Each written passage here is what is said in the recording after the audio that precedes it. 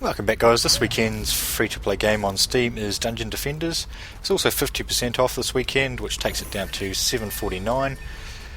I originally bought the game on release. I actually pre-ordered it back in October of 2011, and I paid $15 for it, obviously, which takes you down to half price, being $7.49. And currently, I have 59/60 hours played in the game. So it's a very fun game to play. It is definitely tower defense. If you're not into tower defense, you might want to give this one a miss. But if you like tower defense at all, this has all the good bits and not really any of the bad bits in tower defense. So this is the very first level. I didn't want to show you anything too far in because this is actually probably the quickest one. And as you can tell, there is pets in the game as well, which you can get. And there's a variety of different pets. I'm not sure how many there actually is, but there'd be a couple of hundred at least. Probably, if not more. Now the guy I'm using at the moment is actually a knight, max level knight. There is 4 different characters on the base model, which obviously is a knight, there's a huntress, there's a monk, and there's a wizard. So and each one of those has different types of towers, as you can probably imagine. The knight which I'm using is more of a physical based, I suppose you want to call it. Catapults, bombard towers, that type of thing, barricades, all that good stuff. If you don't have this game, you should definitely get it if you're into tower defense at all. Tremendous amount of fun. There is co-op play as well, 4-player co-op. And they have released, I'm going to say 8 DLC packs since release, and they range from $1 to $2, somewhere in that range. As you can see, there is items as well, which of course increase your stats of your characters, and you can upgrade your towers and all that other good stuff, exactly what you would expect from any tower defense game. As you can see, it's quite pretty. When I first seen this game, I thought, I'm not going to play that because it looks a bit childish, but you actually get used to it after a while, and it's actually quite fun.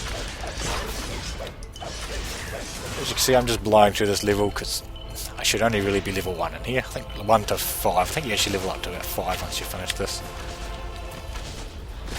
The game's released from Trendy Entertainment. Seems like a very good bunch of guys. Definitely ramping out the content.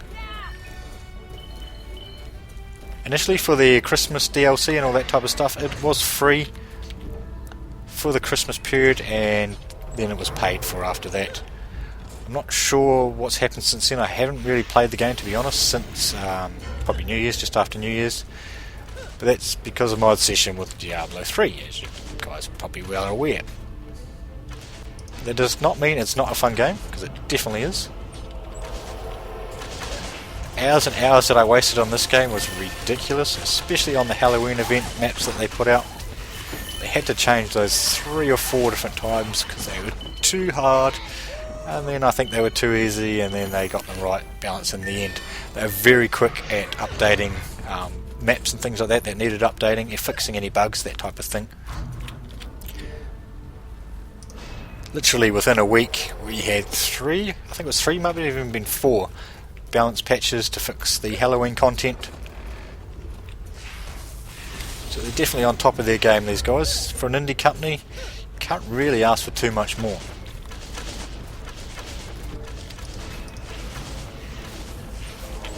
Right, so what are the bad points of this game? Well, I mean, graphically could be a bad point. If you really don't like the style of graphics, it's not going to change, but that's more subjective than anything. You can play this game right through solo, and the best way to do that is to actually have all the characters max level, and you can just swap between characters on a map, which I might show you now. We're up to the final wave, so I'll show you now. I'll just swap to one of my other guys. So I think that's quite a bad thing. You know, it'd be better if you were forced to do co-op, because really co-op doesn't exist that much, or at least it didn't when I was playing this properly. So here's my huntress, not max level, but definitely high enough for this level. As you can see, she's got a wee dragon for her pet, and I'm using the Halloween events as my items, both on the knight and the huntress. So they don't usually start with wings and Death Knight style suits. Those are the type of rewards you can get from doing these different events. definitely a bit more depth to it than just defend your base type of tower defense game. Obviously weapons play a big part.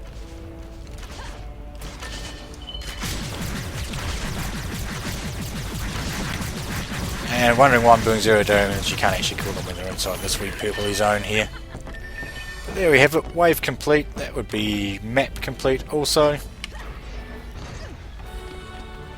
Yay, level victory. So definitely if you don't have this game, you're into tower defense, pick it up, especially this weekend, 50% off. Hope you enjoyed the video guys, and we'll catch you next time.